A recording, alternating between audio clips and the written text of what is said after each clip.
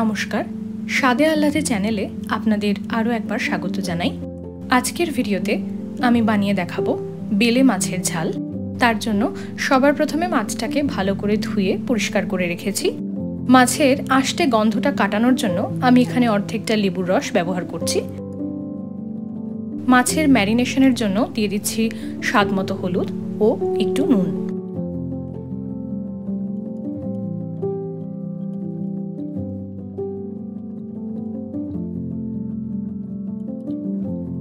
এবার সবকিছুকে ভালো করে মাছের সঙ্গে মাখিয়ে নিচ্ছি।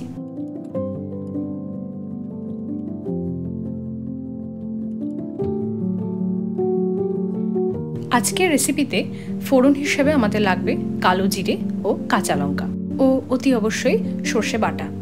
বাটার বদলে আমি রান্নাতে সর্ষে পাউডার ব্যবহার করেছি ও সর্ষে পাউডারটাকে একটু জলের মধ্যে অল্প হলুদ, নুন ও লঙ্কার গুঁড়ো দিয়ে ভিজিয়ে রেখেছিলাম।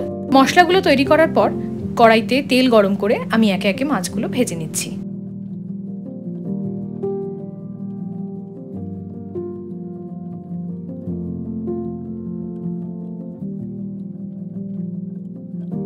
মাছ ভাজা হয়ে এলে মাছ ভাজার তেলেই দিয়ে দিচ্ছি একে একে কালো জিরে ও কাঁচা লঙ্কা।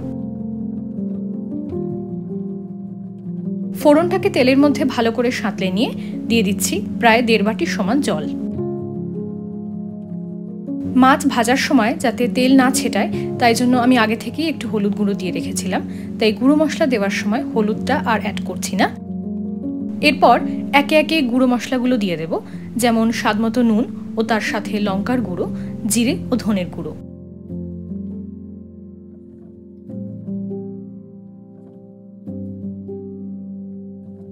যে কোনো মাছের ঝাল রান্না করার সময় সর্ষে বাটা যেহেতু বেশি ফোটালে তেতো হয়ে যায়, তাই জলটা ফুটতে শুরু করলেই আগে মাছগুলো দিয়ে দেব এবং সবার শেষে দিয়ে দেব সর্ষে বাটা।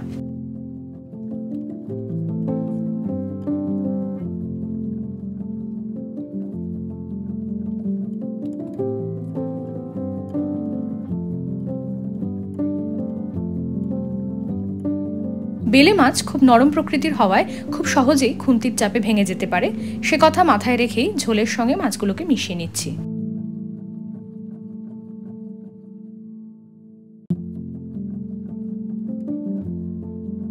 সর্ষে বাটা দিয়ে সামান্য ফুটিয়ে নেওয়ার পর টপিং হিসেবে দিয়ে দিচ্ছি সামান্য ধনেপাতা কুচনো ও একটু কাঁচা সর্ষের তেল। সবকিছুকে একবার শেষবারের মতো ভালো করে মিশিয়ে নিয়ে নামিয়ে নিয়ে পরিবেশন করলেই তৈরি হয়ে গেল বেলে মাছের ঝাল।